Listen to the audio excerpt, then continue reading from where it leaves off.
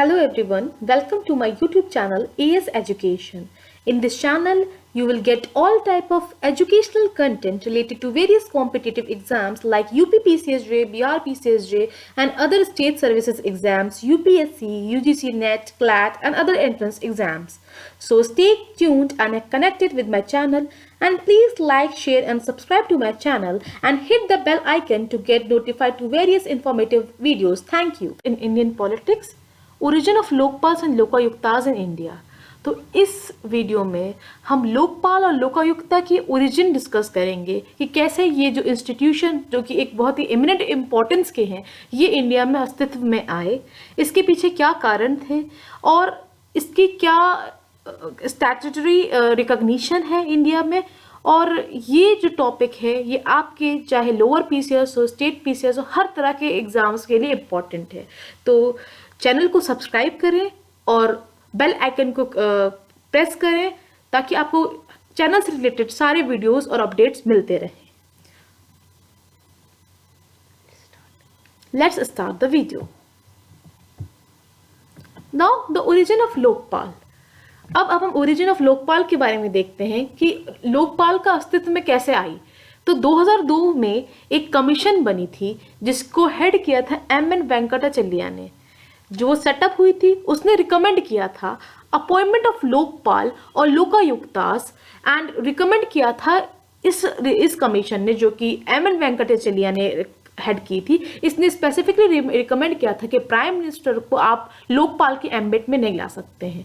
जो लोकपाल होगा वो केंद्र में होगा, सेंटर में होगा, और लोकायुक्तास जो होगा वो स्टेट लेवल पे होगा। इसका बेसिकली पर्पस क्या होता है, ये जो लोकपाल के पीछे लाने के पीछे पर्पस ये था कि जो करप्शन हो रहा था पब्लिक ऑफिसर्स में, जो पब्लिक सर्वेंट्स कर रहे थे जो करप्शंस, इसमें हर एक इंस्टीट्यूशन में ट्रांसपेरेंसी लाने के लिए, पारदर्शिता लाने के लिए एक संगठन होना चाहिए, एक इंस्टीट्यूशन होना चाहिए जो कि लोकपाल होगा, ताकि वो इंक्वायरी भी करे और प्रोसिक्यूशन भी करे ऐसे पब्लिक सर्वेंट्स के अगेंस्ट जो कि करप्शन में इन्वॉल्व होंगे, जो कि पब्लिक ऑफिसर्स को होल्ड कर रहे होंगे। तो जैसा कि आपने देखा कि 2002 में हमने एक कमीशन बनाई थी जिसमें एम वेंकटाचलैया ने रिकमेंडेशन की थी कि लोकपाल और लोकायुक्ता बनना चाहिए। तो इस कमीशन की रिकमेंडेशन को पूरी तरह इसको नहीं माना गया। तो फिर 2005 में एक दूसरी कमीशन बनाई गई जिसका नाम था सेकेंड एडमिनिस्ट्रेटिव रिफॉर्म कमीशन, जिसको हेड किया था वीरप्पा मोइली ने। और उन्होंने रिकमेंड किया कि जो ऑफिस है लोकपाल का उसको जल्द से जल्द बिना डिले के इस्टेब्लिश करना चाहिए। इन दोनों ही कमीशन की रिकमेंडेशन को नहीं माना गया, इम्प्लीमेंट नहीं हो पाई कुछ कारणों से। फिर 2011 में, वर्ष 2011 में एक ग्रुप ऑफ मिनिस्टर्स ने मीटिंग की थी जिसमें प्रेसिडेंट प्रणब मुखर्जी थे चेयरपर्सन, और उन्होंने एग्जामिन किया कि जो लोकपाल बिल का जो प्रपोजल है क्या इसको पास करना चाहिए, और इसके लिए मेजर्स भी बताए गए थे कि क्या हम मेजर्स ले सकते हैं करप्शन को टैकल करने के लिए अपनी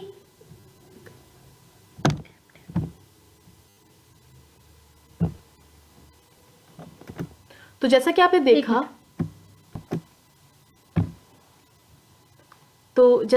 देखा कि हमने देखा कि वर्ष 2002 में एक रिकमेंडेशन की गई थी एम वेंकटाचलैया ने। फिर 2005 में हमने एक एडमिनिस्ट्रेटिव रिफॉर्म कमीशन बनाई थी, तो उसमें भी रिकमेंडेशन की गई थी। और 2011 में भी एक ग्रुप ऑफ मिनिस्टर्स की मीटिंग हुई थी।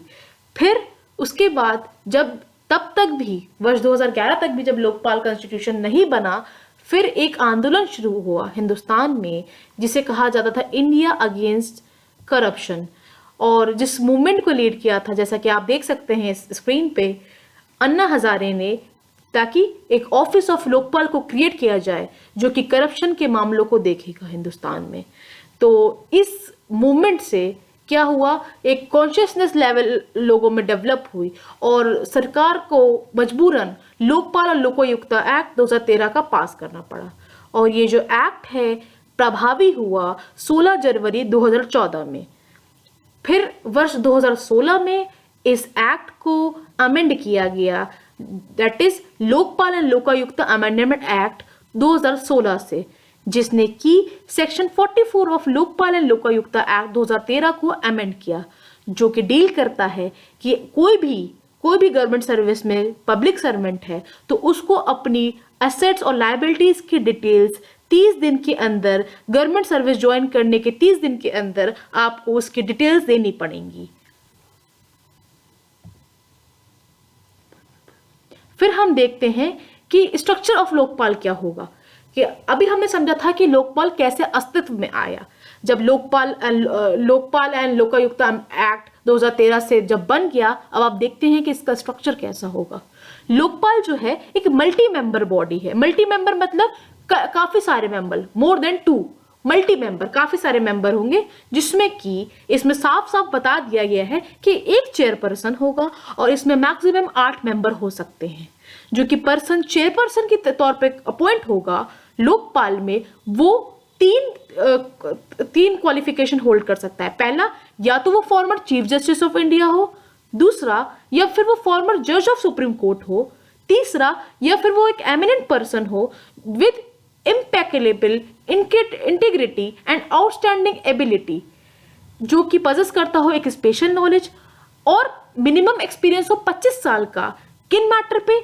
आगे देखिए, जैसे कि एंटी करप्शन पॉलिसी के मैटर पे, या उसने पब्लिक एडमिनिस्ट्रेशन के मैटर्स को डील किया हो, या वो विजिलेंस डिपार्टमेंट में रहा हो, finance including insurance and banking, या लॉ एंड मैनेजमेंट। अगर इन डिपार्टमेंट से उसके पास स्पेशल नॉलेज है या फिर मिनिमम 25 साल का एक्सपीरियंस है, तो वो person as a chairperson of Lokpal appoint हो सकता है। और वो जो इसका थर्ड पॉइंट है, एमिनेंट पर्सन की कैटेगरी में आएगा। फिर इन्होंने एक और बात बोली है, या फिर वो एक maximum number of members does not exceed 8। इसमें बोला था कि 8 मेंबर मैक्सिमम हो सकते हैं लोकपाल में, और ये जो 8 मेंबर्स होंगे इसमें हाफ जो होंगे जुडिशियल मेंबर्स होंगे, और मिनिमम 50% जो मेंबर होंगे वो शेड्यूल कास्ट, शेड्यूल ट्राइब्स या अदर बैकवर्ड क्लासेस या फिर माइनॉरिटीज एंड वुमेन से होंगे। इसका मतलब ये है कि जिसमें 8 मेंबर का जो ये आपका पैनल होगा, जो मल्टी मेंबर बॉडी होगी लोकपाल की, इसमें हाफ दैट इज 50% मेंबर्स तो होंगे इसमें जुडिशियल मेंबर्स, और जो 50% बाकी बचते हैं उनमें से कौन रिप्रेजेंट करेगा? या तो वो शेड्यूल कास्ट का भी होगा, शेड्यूल ट्राइब्स का भी होगा, ओबीसी कैटेगरी का भी होगा, अदर माइनॉरिटीज से भी होगा और वुमेन से भी। इन सबका रिप्रेजेंटेशन 50%, बाकी 50% मेंबर्स में होना जरूरी है। फिर जो जुडिशियल मेंबर की बताया गया है कि जो हाफ जुडिशियल मेंबर्स होंगे उनमें कौन हो सकता है? The former chief justice of high court हो सकता है, और जो नॉन जुडिशियल मेंबर होगा लोकपाल का वो एक एमिनेंट पर्सन होगा। जैसा कि आपने ऊपर देखा था कि वो एमिनेंट पर्सन होगा विद फ्लॉलेस इंटीग्रिटी, बहुत ही इंटीग्रिटी का होना चाहिए और आउटस्टैंडिंग एबिलिटी होनी चाहिए। यानी कि जब आप करप्शन के मैटर्स को देख रहे हैं तो एक जो वो मेंबर जो आपका चेयरपर्सन होगा, तो बिल्कुल स्वाभाविक सी बात है कि वो एक इंटीग्रिटी और एक रेपुटेटेड पर्सन होगा जिसके पास कम से कम 25 साल का एक्सपीरियंस हो, जो हमने देखे थे किन किन मैटर्स में। The person must possess special knowledge and experience of minimum 25 years in matter relating to anti-corruption policy, public administration, vigilance, finance including insurance and banking, law and management. तो आपने जैसे कि ऊपर भी देखा था और ये भी देखा था कि यहाँ पे देखा कि जुडिशियल मेंबर्स में former chief justice of high court हो सकता है, और नॉन जुडिशियल मेंबर्स में जो कि एमिनेंट पर्सन होगा with flawless integrity and outstanding ability, 25 साल का मिनिमम एक्सपीरियंस हो। और फ्रेंड्स आप ये देख सकते हैं कि इसमें स्पेशली आपको बता दिया गया है, या तो वो एंटी करप्शन पॉलिसी के मैटर को डील करता हो, या फिर पब्लिक एडमिनिस्ट्रेशन को डील करता हो, या विजिलेंस या फाइनेंस डिपार्टमेंट में रहा हो। फाइनेंस में आपके दोनों ही आते हैं, इंश्योरेंस एंड बैंकिंग, या फिर वो लॉ या मैनेजमेंट के डिपार्टमेंट से जुड़ा हुआ हो। आगे देखते हैं कि term and appointment of the office of Lokpal, कि इनका टर्म क्या होता है, इन कब तक ये लोकपाल जो चेयरपर्सन है या जो मेंबर्स होते हैं लोकपाल के, वो कितने समय की अवधि के लिए अपना ऑफिस होल्ड करते हैं। तो Lokpal chairman and the members can hold the office for a term of 5 years और till they attain the age of 70 years। तो जैसे कि आप देखते हैं वेरियस पोस्ट में, लाइक वो जज ऑफ सुप्रीम कोर्ट हो, या controller and auditor general of India हो, या कोई भी जो कॉन्स्टिट्यूशनल पोस्ट होती हैं, उसमें आपका टाइम लिमिट दे रखा होता है कि इतने वर्ष तक या फिर इतने एज तक आप ऑफिस होल्ड करते हैं। तो इसमें क्या है, आप 5 साल तक होल्ड कर सकते हैं, या फिर आप जब तक 70 वर्ष तक की एज अटेन ना कर लें तब तक आप ऑफिस को होल्ड कर सकते हैं, विच एवर इज अर्लियर, जो भी पहले हो। The members and the chairman of Lokpal are appointed by president on the recommendation of election committee। तो जो members और जो chairperson होते हैं लोकपाल के, उनको कौन अपॉइंट करता है? President of India. किसकी रिकमेंडेशन पे, किसकी सलाह पर? इलेक्शन कमेटी की सलाह पर। तो ये जो मेंबर्स थे 5 साल तक, या फिर वो 70 साल की वर्ष की आयु अटेन कर लेती हैं तब तक, जो भी पहले प्रभावी हो उस समय तक ये ऑफिस ऑफ लोकपाल की पोजीशन को होल्ड करते हैं। फिर दूसरा है कि जो मेंबर्स एंड जो चेयरमैन ऑफ लोकपाल, ये अपॉइंट करता है president on the recommendation of election commission. जैसे हमने अभी देखा, जो ये सिलेक्शन कमेटी होती है, सिलेक्शन कमेटी में कौन कौन व्यक्ति होते हैं? पहला तो प्रधानमंत्री होते हैं, हमारे आदरणीय प्रधानमंत्री जी, the prime minister of India, the speaker of Lok Sabha होते हैं, लीडर ऑफ अपोजिशन लोकसभा के होते हैं, चीफ जस्टिस ऑफ इंडिया और एनी जज nominated by chief justice of India and 1 eminent jurist. तो कितने मेंबर्स हो गए? Prime minister of India, speaker of Lok Sabha, leader of opposition, chief justice of India, या फिर उनके द्वारा नियुक्त किया हुआ कोई भी अन्य जज, या फिर एक एमिनेंट जूरिस्ट होना अनिवार्य है। द प्राइम मिनिस्टर जो होता है वो चेयरपर्सन होता है सिलेक्शन कमेटी का। The selection of the chairperson and the members is carried out by a search panel of at least 8 person constituted by selection committee. तो जो ये प्राइम मिनिस्टर होते हैं ये सिलेक्शन कमेटी के चेयरपर्सन होते हैं, और जो सिलेक्शन जो चेयरपर्सन का होता है और जो अदर मेंबर्स का होता है वो सर्च पैनल करता है।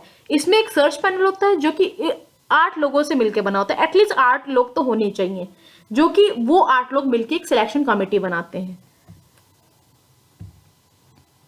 फिर आप देखते हो कि इनका जुरिस्डिक्शन क्या होता है, ये क्षेत्र अधिकार क्या है इनका, मतलब कहां कहां पे ये लोकपाल का जो ऑफिस है वो एक्सटेंड करता है, किन किन पे ये लोकपाल एक्ट लगता है, इनकी पावर्स भी क्या है ये भी हम आगे देखेंगे। तो जो जुरिस्डिक्शन है लोकपाल का वो कहां कहां लगता है? पहला देखिए, प्राइम मिनिस्टर, मिनिस्टर्स, फिर member of parliament that is MPs जो होते हैं, फिर group A B C and D officers, तीनों तरह के ग्रुप ए बी सी और डी सारे ऑफिसर्स पे लगता है। फिर ऑफिशियल ऑफ सेंट्रल गवर्नमेंट और अन्य जो ऑफिशियल सेंट्रल गवर्नमेंट के होते हैं उन सभी पे लगता है। तो आपने देखा जैसा कि पहले 2002 में जो रिकमेंडेशन कमेटी थी जिसमें एम वेंकटचलिया ने रिकमेंड किया था कि लोकपाल का तो गठन हो लेकिन प्रधानमंत्री को लोकपाल के एम्बिट में नहीं लाना चाहिए, बट आपने जब देखा कि 2013 का जब एक्ट पारित हुआ है तो जो लोकपाल के जुरिस्डिक्शन में प्रधानमंत्री और अन्य मिनिस्टर्स भी आते हैं। The jurisdiction of the Lokpal extend to the Prime Minister except in the cases of 3 allegations of corruption relating to international relations, security, the public order, atomic energy and space। जो jurisdiction है लोकपाल का वो हर मामले पे प्रधानमंत्री पे लागू होगा एक्सेप्ट 3 मामलों को छोड़ के, जो 3 मामले जो होते हैं करप्शन के उनको छोड़ के, जो कि आप देख थोड़ा स्पेस गाइस यहाँ पे थोड़ा स्पेस की प्रॉब्लम हो गई है, रिलेटिंग टू के बाद थोड़ा स्पेस है, दैट इज इंटरनेशनल रिलेशंस या इंटरनेशनल रिलेशन के मामलों में, या security of India, public order, atomic energy के मामले और स्पेस से रिलेटेड मामले, इन सभी मामलों में प्राइम मिनिस्टर का जो जुरिस्डिक्शन है लोकपाल का प्राइम मिनिस्टर पे वो नहीं लगता है। अब आगे देखते हैं, तो जो जुरिस्डिक्शन है लोकपाल का वो does not include ministers and members of parliament in matter relating to. अब मिनिस्टर्स या एमपीज पे जुरिस्डिक्शन लोकपाल का कहाँ कहाँ नहीं लगता है? अगर उन्होंने कोई भी स्पीच सदन में दी है, पार्लियामेंट पे डिलीवर की है, या उन्होंने कोई वोट कास्ट किया है पार्लियामेंट में, तो उस मामलों पे आप लोकपाल का क्षेत्र अधिकार नहीं होता है।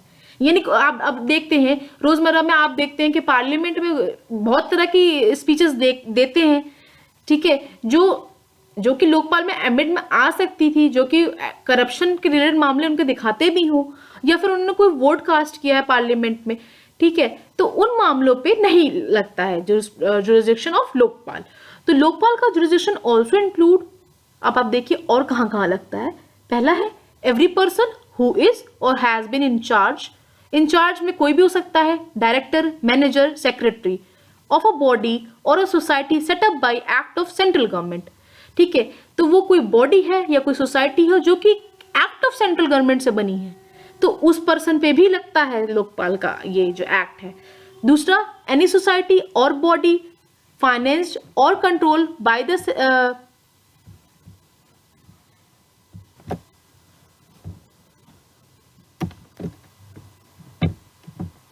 कोई भी सोसाइटी या बॉडी फाइनेंस्ड या कंट्रोल बाय सेंट्रल गवर्नमेंट है तो उस पर भी ये लागू होता है। दूसरा, कोई person involve in act of abetting, bribe giving और ब्राइब टेकिंग, तो आप किसी को अबेट करते हैं या ब्राइब देते हैं या ब्राइब लेते हैं, उन लोगों पे भी ये लोकपाल एक्ट लागू होगा। तो इनका क्षेत्र अधिकार आपने देख लिया कि किन किन लोगों पे लगा। प्रधानमंत्री में कुछ मामलों पे नहीं लगा था, वो एक्सेप्शन आपने पीछे देखा था। मिनिस्टर्स और मेंबर ऑफ पार्लियामेंट पे किन मेंबर पे नहीं लगेगा, जब वो स्पीचेस डिलीवर कर रहे हैं या वोट कास्ट कर रहे हैं पार्लियामेंट में। और अन्य बॉडीज या सोसाइटी या फाइनेंस्ड की गई या कंट्रोल बाय सेंट्रल गवर्नमेंट, उन पे भी ये लगता है। तो Lokpal and Lokayukta act states that all public officials need to furnish their asset and liabilities as well as their respective dependents. तो लोकपाल एंड लोकायुक्ता एक्ट ने ये भी बताया है कि कोई भी, जितने भी पब्लिक ऑफिशियल्स हैं, उनको ये ज़रूरी है कि अपने एसेट और लायबिलिटीज़ के बारे में इंफॉर्मेशन दें, और वो उनके डिपेंडेंट्स कितने हैं, उन पे डिपेंडेंट्स कितने कितने लोग हैं, उनका भी ब्यौरा देंगे। The Lokpal also possesses the power to superintend over the CBD. It also has the authority to give direction to CBI. CBD, please correct it. It is CBI.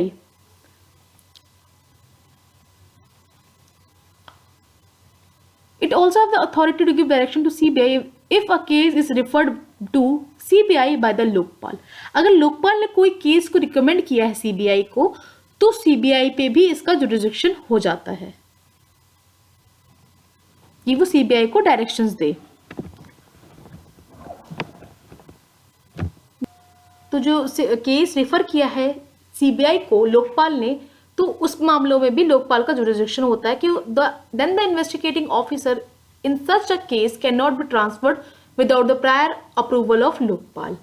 तो जो इस इन्वेस्टिगेटिंग ऑफिसर जो है, जो कि CBI के मामलों में जो लोकपाल ने जो मैटर को रेफर किया है CBI को, वो जो जांच कर रहा है, उस जो IE होगा, जो इन्वेस्टिगेटिंग ऑफिसर होगा, उसको आप ट्रांसफर नहीं कर सकते लोकपाल की प्रायर अप्रूवल से, without the prior approval of Lokpal. तो बिना अप्रूवल के लोकपाल के आप उसे ट्रांसफर नहीं कर सकते हैं अगर कोई केस लोकपाल ने CBI को रेफर किया है। तो जो पावर है सिविल कोर्ट की has been vested with the inquiry wing of Lokpal, और जो इन मामलों में जो इंक्वायरी विंग जो लोकपाल की है, उसके पास सिमिलर पावर होगी जैसे कि सिविल कोर्ट के पास पावर होती है। The Lokpal also possesses power regarding the confiscation of assets, proceed receipts and benefit arising or procured by means of corruption in special circumstances। तो लोकपाल के पास पावर होती है किसके बारे में, आप एसेट को कन्फिस्केट भी कर सकते हैं, यानी जब्त कर सकते हैं कोई एसेट। अगर आप लोकपाल पाता है कि कोई मेंबर करप्शन में इन्वॉल्व है, तो इंक्वायरी विंग के इंक्वायरी के बाद अगर ये पता चलता है कि पर्टिकुलर ऑफिसर करप्शन में इन्वॉल्व है, तो वो एसेट्स का कन्फिस्केट कर सकता है, जब्त कर सकता है, रिसिप्ट को, प्रोसीड रिसिप्ट को भी जब्त कर सकता है, एंड द बेनिफिट अराइजन और प्रोक्यूर्ड बाय मींस ऑफ करप्शन, जो भी इन्होंने घोटाला करके करप्शन से जो भी बेनिफिट्स अन्य लिए हैं, तो वो सारे वो ले सकता है, उसके पास ये पावर है। आपने ऊपर देखा पावर ऑफ सिविल कोर्ट भी है, ठीक है, इंक्वायरी विंग के पास जो लोकपाल की है, और ये पावर भी है कि आप एसेट्स को या रिसिप्ट्स को या बेनिफिट जो लिए हैं उसको भी जब्त कर सकता है। दूसरी देखिए, it also has the power to make recommendation regarding the transfer और suspension of public servants connected with the allegation of corruption. इनके पास ये भी पावर है कि ये रिकमेंड कर सकते हैं रिगार्डिंग द ट्रांसफर और suspension of public servant connected with the allegation of corruption. तो आप ये ट्रांसफर भी कर सकते हैं या सस्पेंशन का भी रिकमेंडेशन दे सकते हैं अगर किसी पब्लिक सर्वेंट के पास के ऊपर एलिगेशन है करप्शन की। Lokpal is capable of giving direction to prevent the destruction of record during the preliminary inquiry। जब कोई भी मामला आता है लोकपाल के पास करप्शन से रिलेटेड और उसकी प्रिलिमिनरी इंक्वायरी हो रही है, तो लोकपाल इसलिए ये केपेबल है कि वो डायरेक्शन दे सकता है कि जो रिकॉर्ड्स आए हैं उसके पास इंक्वायरी से रिलेटेड, उसको बचाया जाए, डिस्ट्रक्शन से रोका जाए।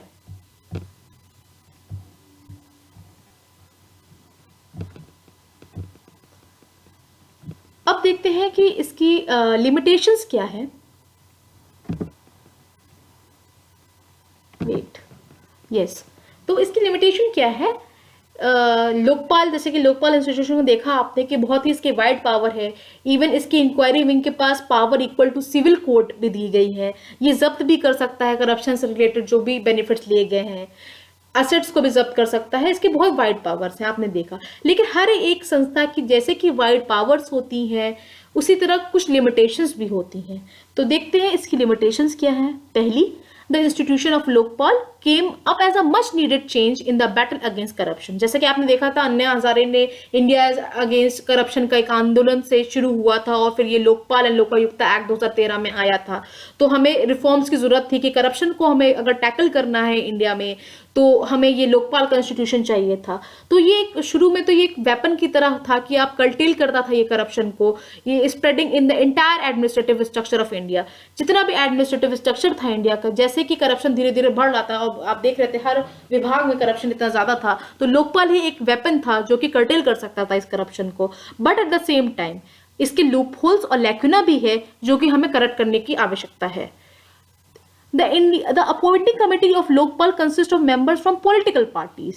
तो अगर आप पॉलिटिकल पार्टी से ही मेंबर को चुन के बनाओगे अपॉइंटिंग कमेटी ऑफ लोकपाल में, अगर लोकपाल को जो चुन रहा है वो खुद एक पॉलिटिकल पार्टी से ही है, तो आप देख सकते हैं इसका पॉलिटिकल इन्फ्लुएंस कितना होगा। और अगर आप पॉलिटिकल इन्फ्लुएंस ज्यादा होगा तो करप्शन के मामले हमारे सामने नहीं आएंगे, और अगर आ भी जाते हैं तो उसकी फ्री एंड फेयर इंक्वायरी नहीं होगी। तो ये जो इनका अपॉइंटिंग सिस्टम है, इसको हमें थोड़ा चेंज करने की आवश्यकता है। There are no criteria to decide who is the eminent jurist of a person of integrity, which manipulates the method of appointment of Lokpal. और हमारे पास अभी तक, आज की डेट तक हमारे पास कोई क्राइटेरिया नहीं है कि एमिनेंट जुरिस्डिक्शन का क्या क्राइटेरिया होगा, कौन लोग एमिनेंट जुरिस्ट में आते हैं। तो जो आपने देखा था ना कि थर्ड जो इंपॉर्टेंट क्राइटेरिया था, एमिनेंट जुरिस्ट हो सकता है, तो वो एमिनेंट जुरिस्ट कौन होगा, पर्सन ऑफ इंटीग्रिटी में कौन लोग होते हैं। तो इसका कोई हमारे पास मापन नहीं है कि हम कैसे मेजर करेंगे कि भाई कौन इंटीग्रिटी का ये पर्सन होगा। जो ये जो टर्म है एमिनेंट जूरिस्ट, ये मैनिपुलेट करता है हमारा अपॉइंटिंग जो सिस्टम है लोकपाल का, उस मेथड को मैनिपुलेट करता है। तो ये सबसे बड़ा एक लिमिटेशन है इसका, लोकपाल के इंस्टीट्यूशन का। The Lokpal and Lokayukta act 2013 failed to provide any kind of concrete immunity to the whistle blowers. तो जो विसल ब्लोअर, आप विसल ब्लोअर का मतलब क्या होता है कि जो करप्शन के मामले होते हैं, जो थर्ड पार्टी आपका जो तो जो लोकपाल लोकायुक्ता एक्ट है, ये फेल हो चुका है कोई कंक्रीट इम्यूनिटी देने के लिए विसल ब्लोअर्स को। तो विसल ब्लोअर क्या होते हैं? किसी भी ऑर्गेनाइजेशन में, किसी भी संस्था में जो लोग कार्य कर रहे होते हैं और उन्हें इंटरनल इंफॉर्मेशन होती है कि करप्शन हो रहा है उस डिपार्टमेंट में, उस ऑर्गेनाइजेशन में, तो अगर वो चाहते हैं कि वो उनके करप्शन के मैटर को सामने लाएं, लोकपाल के सामने लाएं, ठीक है, तो उनको लाने के लिए उनकी जान को खतरा भी हो सकता है, जाहिर है, तो उनको इम्यूनिटी प्रदान नहीं कर पाया है ये लोकपाल एंड लोकायुक्ता एक्ट। उनके लिए कोई प्रोविजन नहीं है कि विसल ब्लोअर को कैसे इम्यूनिटी मिलेगी, कैसे प्रोटेक्शन मिलेगी, इसकी कोई प्रोविजन नहीं है इस एक्ट में। तो ये बहुत बड़ी एक लिमिटेशन है।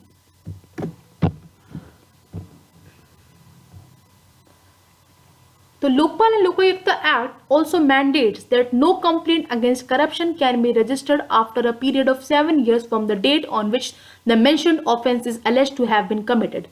एक और लिमिटेशन बहुत बड़ी ये है कि लोकायुक्ता और लोकपाल एंड लोकायुक्ता एक्ट में ये भी एक प्रावधान है कि कोई भी कंप्लेंट जो है करप्शन के अगेंस्ट 7 वर्ष के बाद, ऑफेंस होने के 7 वर्ष के बाद उसको आप नहीं दाखिल कर सकते हो इस एक्ट के तहत। करप्शन की जो भी मामले हैं 7 वर्ष की अवधि के बाद, from the date on which the offence has been alleged to have committed, उसके बाद आप रजिस्टर नहीं कर सकते हो ऐसी कंप्लेंट उस ऑफिसर के against. Now come to the conclusion. In order to tackle the problem of corruption, the institution of ombudsman should be strengthened both in terms of functional autonomy and the availability of manpower। तो अगर आपको corruption के मामलों को, corruption की जो problem है उसको टैकल करना है, तो जो ओम्बड्समैन है, ओम्बड्समैन मीन्स लोकपाल, जिसको हम लोकपाल कहते हैं इंडिया में, ये जो ओम्बड्समैन वर्ड है, ये जो टर्म है, ये स्वीडन का टर्म है, ठीक है। तो ये सिमिलर ओम्बड्समैन जो ऑर्गेनाइजेशन है, जो ये इंस्टीट्यूशन है, इसको हमने सेम तरीके से कॉपी किया है, और लोकपाल हम जो कि इंडिया में बोलते हैं उसे। Should be strengthened both in terms of functional autonomy and the availability of man power. तो हम फंक्शनल लेवल पे भी और मैन पावर लेवल पे भी, दोनों लेवल पे हमें स्ट्रेंथन करने की जरूरत है इसको, ओम्बड्समैन दैट इज लोकपाल को। The appointment of Lokpal in itself is not enough. सिर्फ ये काफी नहीं है कि आपने बस एक अपॉइंटमेंट कर दिया, आपको स्ट्रेंथन करना पड़ेगा, वो फंक्शनल अच्छे से करे, पारदर्शिता लाए सिस्टम में, करप्शन के मामलों को सही से सुलझाए, उसका निपटारा करे, और मैन पावर भी अवेलेबल हो उसके पास। The government should address the issues based on which people are demanding a lokpal. Merely adding to the strength of investigative agencies will increase the size of government but not necessarily improve governance. तो government को बहुत सारे जो मुद्दे हैं, issues को address करने की जरूरत है, जो कि पीपल डिमांड कर रहे थे लोकपाल से रिलेटेड। सिर्फ एक स्ट्रेंथ दे देना इन्वेस्टिगेटिंग एजेंसीज को लोकपाल की will increase the size of government but not necessarily improve governance. तो बेसिकली कहने का तात्पर्य ये है कि गवर्नमेंट सिर्फ अपॉइंट करके लोकपाल को और इन्वेस्टिगेटिंग एजेंसीज को स्ट्रेंथन करके सिर्फ ये इससे नहीं होगा, हमें गवर्नमेंट इस अपॉइंटमेंट के साथ हमें गवर्नेंस भी लाना पड़ेगा। The slogan adopted by the government of less government and more governance should be followed in letter and spirit. और ये एक स्लोगन जो कि गवर्नमेंट ने अपनाया था, दैट इज कि लेस गवर्नमेंट हो, ज्यादा से ज्यादा गवर्नेंस हो, उसको हमें पूरी लेटर और स्पिरिट में हमें फॉलो करने की आवश्यकता है।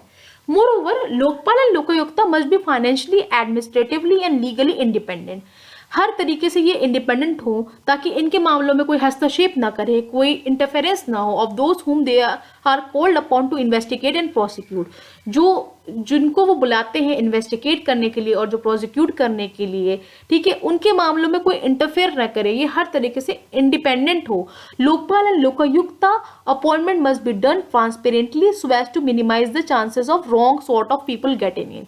और जो उनका अपॉइंटमेंट हो वो भी ट्रांसपेरेंटली होना चाहिए ताकि गलत लोग उस लोकपाल के इंस्टीट्यूशन में ना आए, गलत मेंबर्स ना बने।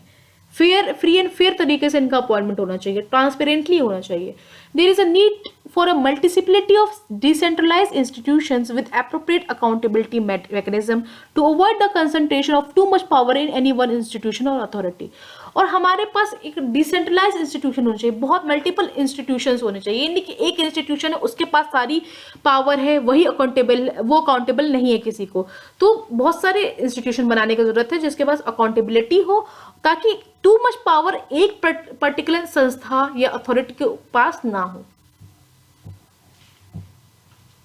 Thank you. Please do like, share and subscribe my channel to get more updates on my videos. और फ्रेंड्स, अगर आपको ये वीडियो अच्छी लगे तो आप इस पे कमेंट्स करें और ये भी बताएं कि आपको भविष्य में कौन सी वीडियो किस टॉपिक पे हम बनाएं ताकि आपको लाभदायक हो। Thank you.